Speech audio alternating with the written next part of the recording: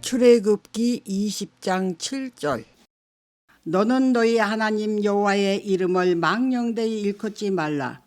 나 여호와는 나의 이름을 망령되이 일컫는 자를 죄 없다 하지 아니하리라. 10계명 중에서 3계명을 보게 되면은 여호와의 이름을 망령되이 일컫지 말라 이렇게 말씀을 하셨어요. 망령되이란 말이 무슨 말인가? 앞전에 내가 얘기했죠. 망령되이란 말은 히브리어로 사워라고 그러는데 히브리어 사워는 법정 용어예요. 천국 법과 관련된 말씀이죠. 망령되이란 말은 무슨 말이냐 하면은 속임, 사기, 악의적으로 또 허위로 무가치하게 헛되이, 무익하게, 거짓되이, 함부로, 욕되게, 가볍게, 기만적으로, 모욕적으로 사용하지 말라는 얘기예요. 즉 존경심 없이 두려움 없이 함부로 남용하거나 남발하여서 그 이름과 명성을 더럽히지 말라는 경고죠. 그럼 어떻게 하는 것이 망령되이 일컫는 것인가? 지난번에 내가 얘기를 했죠. 경외심 없이 함부로 남발할 때, 농담이나 잡담에 하나님의 이름을 사용할 때, 그리고 거짓 맹세에 하나님의 이름을 남용할 때, 또 하나님의 뜻을 거스린 맹세에 사용할 때, 또 하나님과의 맹세를 자기 마음대로 파기시켜 버릴 때, 이것이 바로 하나님의 이름을 망령되이 일컫는 것이다. 이렇게 내가 말씀을 드렸어요. 그리고 또 한 가지, 어떻게 하는 것이 하나님의 이름을 망령되이 일컫는 것인가? 우리가 신앙생활을 하다 보면은 이런 사람들을 만날 수 있어요. 주를 위해서 결혼하지 않고 평생 살면서 하나님의 영광을 위해서 하나님의 일을 하면서 살겠습니다. 주를 위해서 하나님의 일을 위해서 결혼하지 않고 살겠다고 하나님의 이름으로 서약한 사람들이 있어요. 남자들도 있고 또 여자들도 있는데 특히 한국 사람들 가운데 그런 사람들이 많이 있어요. 기도하다가 감동이 왔다든지 자기의 어떤 생각이 어디 왔다든지 하게 되면은 내가 결혼하지 않고 복음을 위해서 혼자 살겠습니다.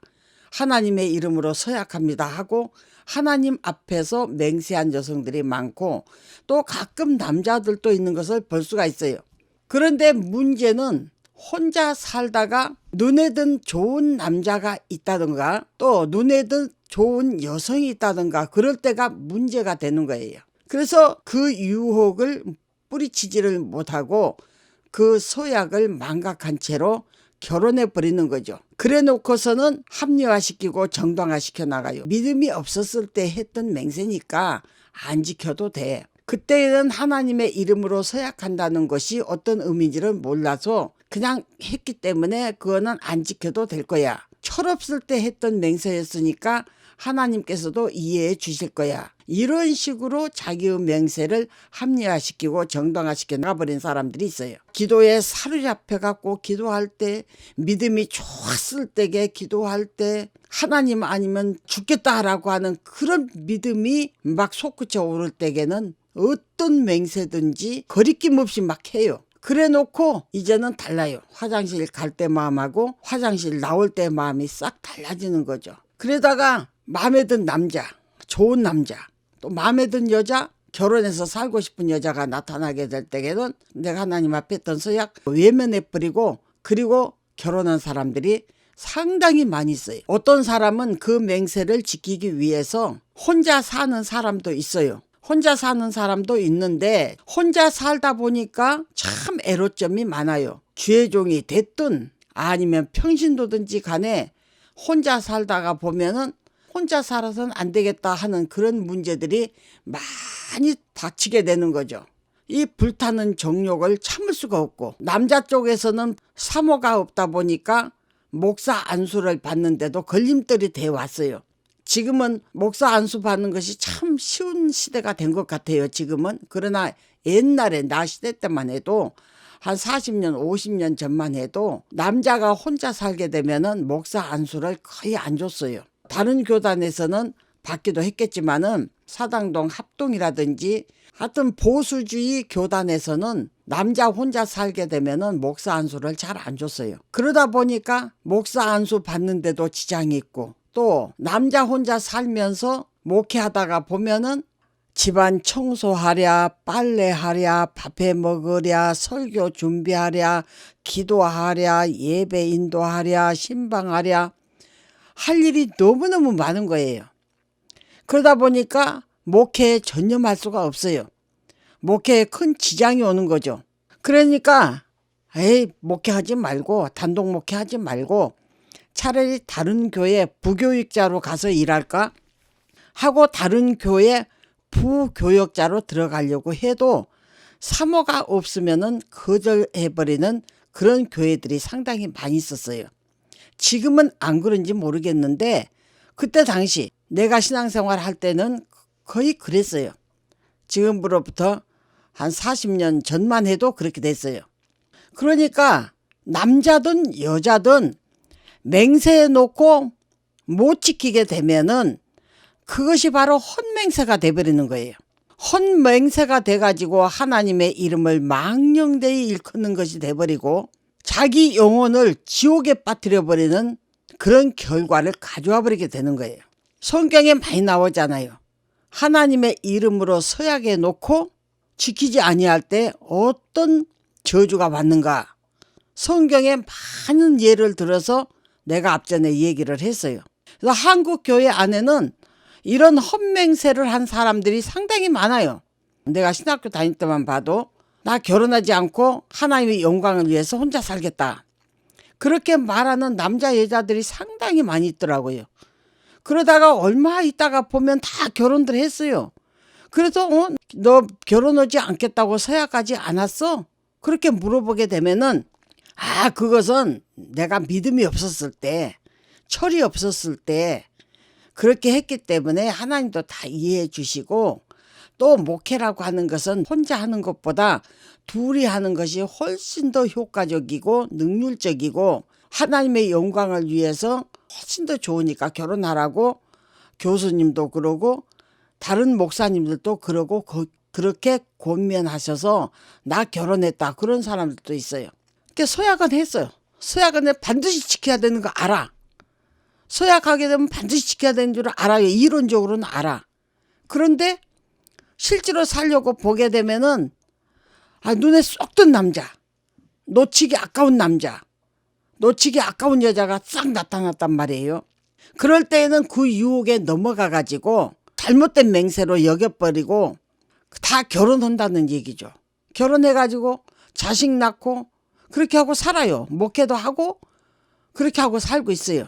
그렇지만 실제로 영적으로 하나님 앞에 여쭤보게 되면은 서약해 놓고 지키지 아니하고 결혼해버리고 자식 낳고 사는 사람에게는 구원을 얻을 수 없다고 하나님께서는 말씀을 하고 계세요. 그럼 서약해 놓고 구원을 얻으려면 어떻게 해야 되느냐? 그 결혼을 파기해야 돼요. 그 가정에서 나와야 돼. 헤어져야 돼. 남편하고 자식하고도, 아내하고 자식하고도 다 헤어져야 되는 거예요. 다시 원 상태로 돌아가야 돼요. 철저하게 회개하고 돌아가야 돼. 그래야 구원을 얻을 수가 있어요. 서약해 놓고 서약 안 지키잖아요. 그 사람 구원 없어요. 이렇게 말하면 이단이다 사입이다 몰아붙일지 모르지만 사실이에요. 인간을 섬겨도 그 사람의 이름으로 서약해 놓고 안 지키게 되면 큰 죄가 돼요. 만약에 북한에서 김정은 이름으로다가 서약해 놓고 만약에 안 지켰다. 김정은 이름을 함부로 부르고 함부로 남용했다. 그러면 어떻게 될까요? 그거는 당장 사형이든지 탄광으로 가서 일평생 거기서 썩든지 그런 저주를 받겠죠. 그런 심판을 받겠죠. 하물며 천지와 우주와 만물을 만드신 하나님, 나를 지으신 하나님, 그 능력의 하나님의 이름을 망령되이 일컬어 놓고 십계명을 어겨놓고 그 사람이 구원 얻을까요? 절대로 구원 얻을 수 없어요. 그거는 아무튼 페일은 하고 한번 서약했으면 반드시 지켜야 한다는 거, 이것을 우리는 명심해야 돼요. 예수님께서는 세상에 계시면서 너희는 도무지 맹세하지 말라고 그랬어요. 나는 너희에게 이르노니 도무지 맹세하지 말지니 하늘로도 말라. 이는 하나님의 보좌임이요. 땅으로도 말라. 이는 하나님의 발등상임이요. 예루살렘으로도 말라. 이는 큰 임금의 성임이요. 네 머리로도 말라. 이는 네가 한토록도 희고 검게 할 수 없음이라. 오직 너희 말은 옳다 옳다 아니라 아니라 하라. 이에서 지나는 것은 악으로 쫓아나느니라. 이렇게 경고를 하셨어요. 우리는 맹세해놓고 안 지킨 것보다 맹세를 안 하고 거룩하고 성실하게 정직하게 정말 성경대로 살아가는 거룩한 삶, 그거 사는 것이 자기 영혼을 지키는 것이고 하나님을 기쁘게 해드리는 신앙생활이라는 것을 우리는 알아야 돼요. 그 다음에 어떻게 하는 것이 하나님의 이름을 망령되게 하는 것인가? 6번째 보게 되면은 그 이름을 회방하거나 저주할 때, 하나님의 이름을 회방하거나 저주할 때 하나님의 이름을 망령되이 일컫는 행위가 되는 거예요. 성경은 하나님 이름에 대한 회방을 금지하고 있어요. 레위기 24장 16절에 보게 되면은 여호와의 이름을 회방하면 그를 반드시 죽일지니 온 회중이 돌로 그를 칠 것이요 애국인이든지 본토인이든지 여호와의 이름을 회방하면 그를 죽일지니라. 그렇게 말씀을 했어요. 사형이란 얘기예요. 하나님의 이름을 함부로 부르고 함부로 회방하고 하나님의 이름을 망령되이 일컬을 때에는 사형이라는 거예요. 사형. 그게 바로 뭘 말하겠어요? 지옥이란 얘기죠. 지옥이란 얘기예요. 철저하게 다시 회개하지 아니하면, 회개하고 그 서약을 지키지 아니하면은 그 영혼은 절대로 천국에 갈 수 없다, 구원 얻을 수 없다는 것을 말씀을 하고 있어요. 마태복음 12장 31절에도 보게 되면은 사람의 모든 죄와 회방은 사심을 얻되 성령을 회방하는 죄는 사심을 얻지 못하고 이 세상과 오는 세상에서도 사심을 얻지 못하리라.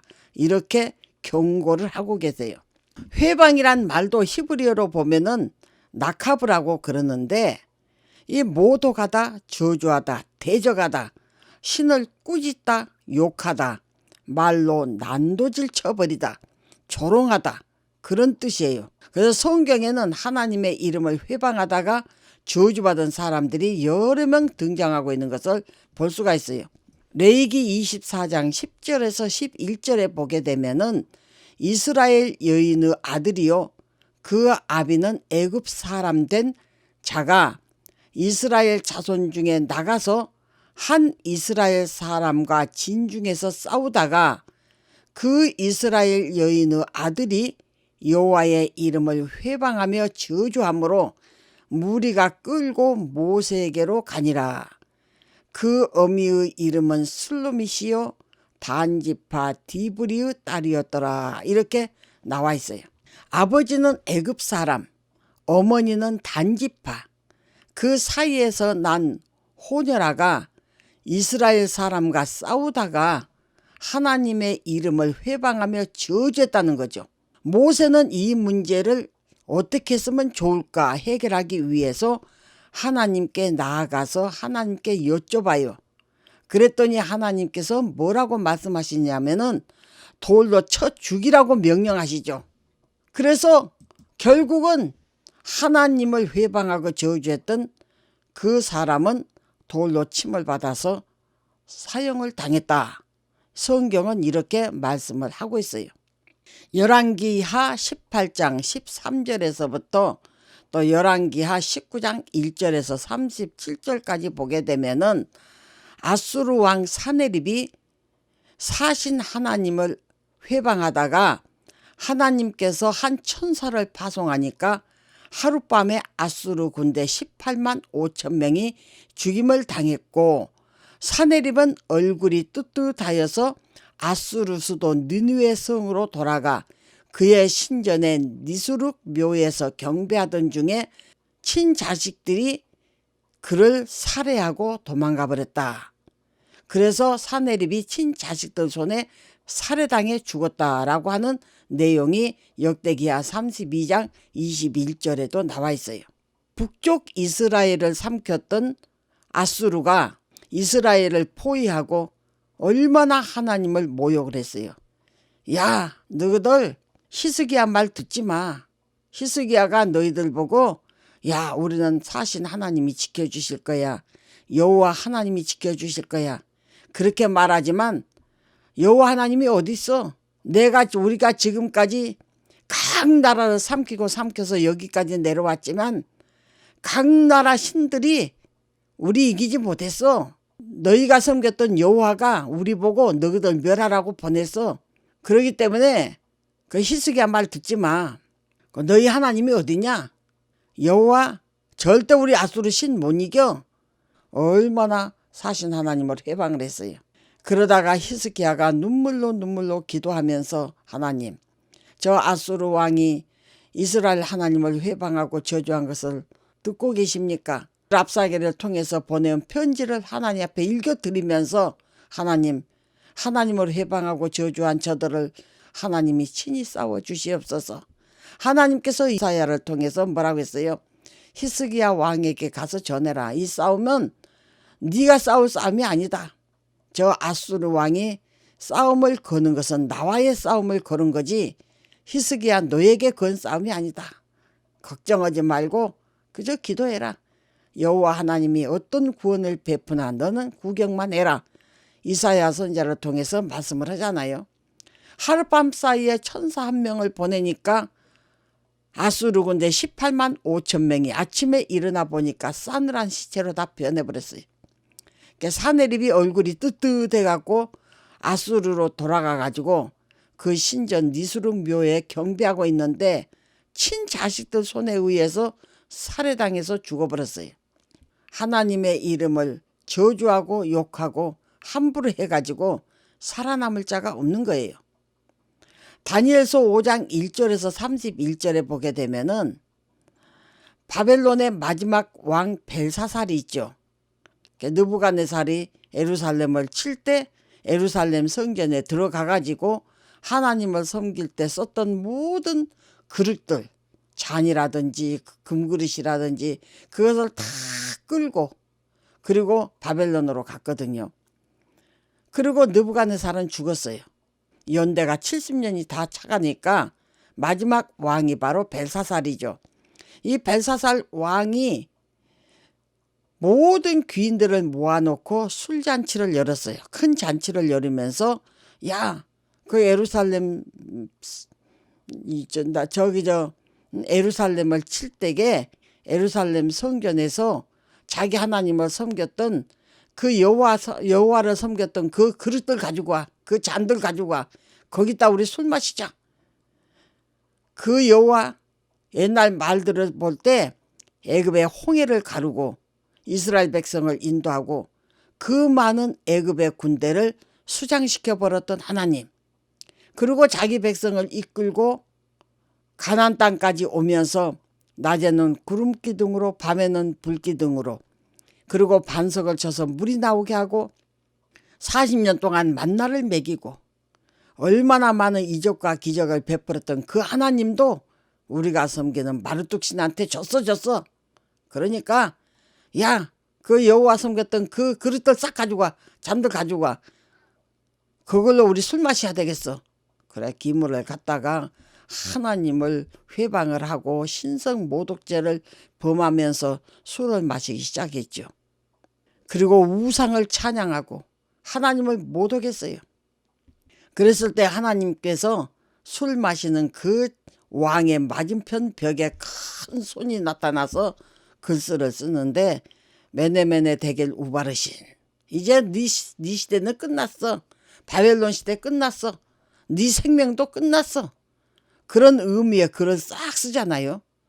그날 밤에 파사 제국에 쳐들어와 가지고 그 벨사살 왕을 쳐서 죽이고 바벨론을 삼키고 파사 제국의 손 안에 들어가 버린 것을 볼 수가 있어요. 바벨론 역사는 종지부를 찍고 말았어요.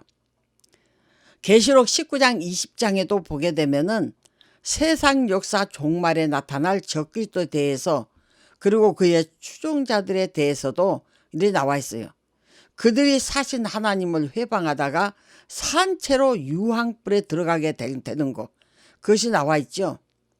그 적그리스도와 거짓 선지자와 그의 추종자들이 사신 하나님을 회방했어요.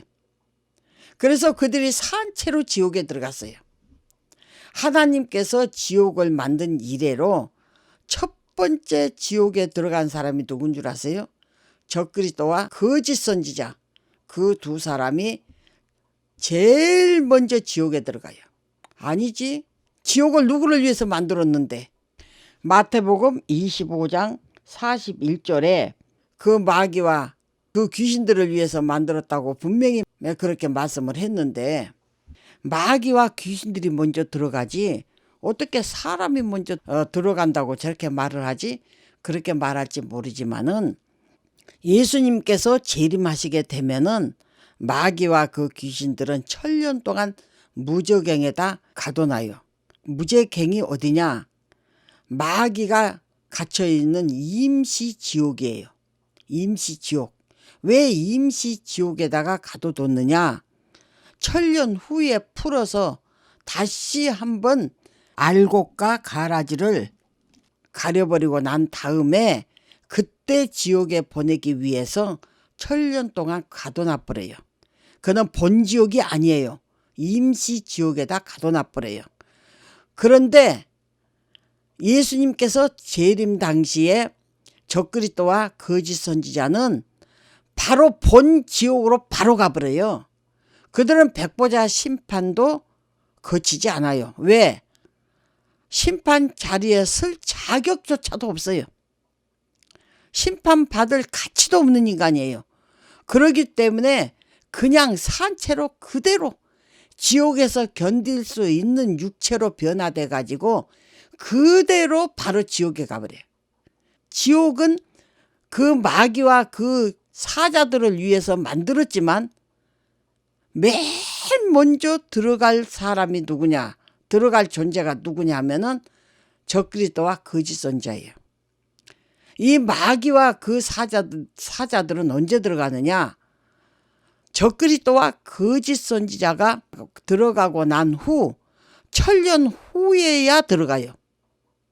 천년 후에야 그때 들어가. 그러니까 마귀와 그 귀신들이 들어가 보니까 천년 전에 이미 들어와 지옥에 들어와 있는 사람이 있어. 그 사람이 누구예요? 적그리스도와 거짓 선지자예요. 그러니까 예수님께서 재림하시면서 맨 먼저 잡아서 지옥의 산채로 던져버릴 사람이 누구냐? 적그리스도와 거짓 선지자예요. 그리고 천년 후에 마귀와 귀신들이 그 본지옥에 들어가게 되는 거예요. 그건 나중에 내가 종말론을 다룰 때 다시 더 자세히 할 거고요. 그렇기 때문에 구원을 목적으로 살고 있는 성도들은 하나님의 이름을 존귀하게 여기고 존중히 여기고 그 이름 앞에서 떨어야 돼요. 그 이름 앞에서 무릎을 꿇고 허리를 굽혀야 되는 거예요. 하나님의 이름을 회방하는 신성 모독죄는 마귀와 불택자들이 범하게 되지만은 택자라도 언제나 삼가 조심하지 아니하면은 그들과 똑같이 신성 모독죄를 짓고 말게 되는 거예요. 아무튼 페일은 하고 구원을 목적으로 살고 있는 기독교인이라면은 하나님의 이름을 절대로 함부로 하거나 남용하거나 거짓되이 무가치하게 사용해서는 안 돼요. 거짓 맹세에 사용하면 안 돼요. 거짓 애언에 사용하면 안 되는 거예요. 영조 임금은 세자빈을 간택할 때 간택령에 따라서 들어온 처녀들이 누구의 딸인지를 알기 위해서 방석 위에 그 아버지의 이름, 말하자면 대신들의 이름을 다 새겼어요. 그래 놓고 그 이름자 위에 앉도록 했어요. 그러면 이 사람은 누구의 딸이구나. 이 교수는 누구의 딸이구나, 이 처녀는 누구의 딸이구나 알 수 있도록 하기 위해서죠. 그런데 모든 처녀들이 다 자기 아버지의 이름이 써 있는 방석 위에 다 앉은데 한 처녀는 앉기를 거부하고 방석을 앞에 놓고 그 뒤에 앉았어요. 이상해서 물어보지요. 너는 왜 그 방석 위에 앉지를 않느냐 물어봤더니 자식이 어찌 부친의 이름자 위에 앉을 수가 있겠습니까? 그렇게 말을 한 것을 보고 영조 임금은 이 규수야말로 세자빈으로서 자격이 있다 해가지고 간택을 한 것을 볼 수가 있죠. 이 세상에서도 자기 부모의 이름을 그렇게 존중히 여기는데 하물며 우리는 천지와 우주와 만물을 만드신 창조주 하나님을 섬기면서 그 이름을 존중히 여기지 않는다면은 그거는 기독교인이라고 볼 수도 없는 거고 구원을 위해서 사는 성도라고 절대로 볼 수가 없는 거예요. 어떤 여자에게 세 아들이 있었대요. 그런데 그만 중병이 들어서 죽어가면서 그 남편에게 유언을 하기를 여보 나 당신에게 고백할 것이 있는데 이 세 아들 중에 하나만 당신 아들이요. 미안해요. 세 아들이 있었는데 한 아들만 당신 아들이고 두 아들은 불륜을 통해서 낳은 아들란 얘기죠. 그런데 이름을 불러가면서 당신 아들이 누구요 하고 이름을 가르쳐줬으면 됐는데 이름은 안 가르쳐주고 세 아들 중에서 하나만 당신 아들이고 둘은 당신 아들이 아니요. 미안해요. 그러고 죽었단 말이에요. 더 이상 말을 잇지 못하고 죽고 말았어요. 그래서 남편은 고민이 많았죠. 그래? 나는 여태까지 세 아들이 내 아들인 줄 알았는데 아니 세 아들 중에 하나만 내 친아들이란 얘기야? 둘은 내 아들이 아니고? 그러면 세 아들 중에서 누가 내 친아들이지? 누가 나를 닮았지? 아무리 살펴봐도 도대체 알 길이 없어요. 그리고 세월이 흘러서 그 남편도 그만 죽어가면서 변호사를 불렀지요. 변호사로 불러놓고 유언하기를 내가 죽거든 누가 내 친아들인지 가려내가지고 이 모든 재산을 내 친아들에게 넘겨주시오 하고 죽고 말았어요. 그래서 이 변호사는 그 사람의 친아들을 가려내기 위해서 아버지의 시체를 꽁꽁 묶어서 나무에 매달았죠. 그리고 세 아들을 불렀어요. 세 사람들에게 각각 화살을 주면서 말했죠. 아버지의 심장에 가장 가깝게 명중한 아들에게 전 재산을 상속하겠소. 그러니 세 아들은 활을 당겨서 화살을 쏘아보시오. 이랬어요. 그랬더니 그 두 아들은 앞을 다투어서 아버지의 심장 가깝게 화살을 쏘으려고 온갖 힘을 다 쏟았어요. 그런데 한 아들만 눈물을 흘리면서 아예 화살을 들지도 않고 겨누지도 않았어요. 그래서 변호사가 이유를 물어보았지요. 너는 왜 화살을 쏘지 않느냐? 그랬더니 내 어찌 재산이 탐이 나서 감히 내 아버지의 가슴에 화살을 겨누겠습니까? 재산을 못 가질지라도 나는 내 아버지 가슴에 화살을 쏠 수가 없습니다. 이랬을 때 변호사가 당신이 과연 그의 친아들이요. 그러니 이 모든 재산 당신이 받으시오. 해가지고 변호사가 친아들을 골라서 전 재산을 상속해 주었다. 그런 말이 있어요. 이렇게 자기 부모를 이 세상에 육신으로 있을 때에도 그 부모를 이렇게 공경했는데 하물며 우리가 하나님의 이름을 공경하지 않고서야 어찌 구원을 바라보고 천국을 바라보고 하나님을 내 아버지라고 섬길 수가 있겠어요? 우리는 정말로 하나님의 이름을 망령되이 일컫는 그런 죄를 범해서는 안 될 줄로 믿습니다.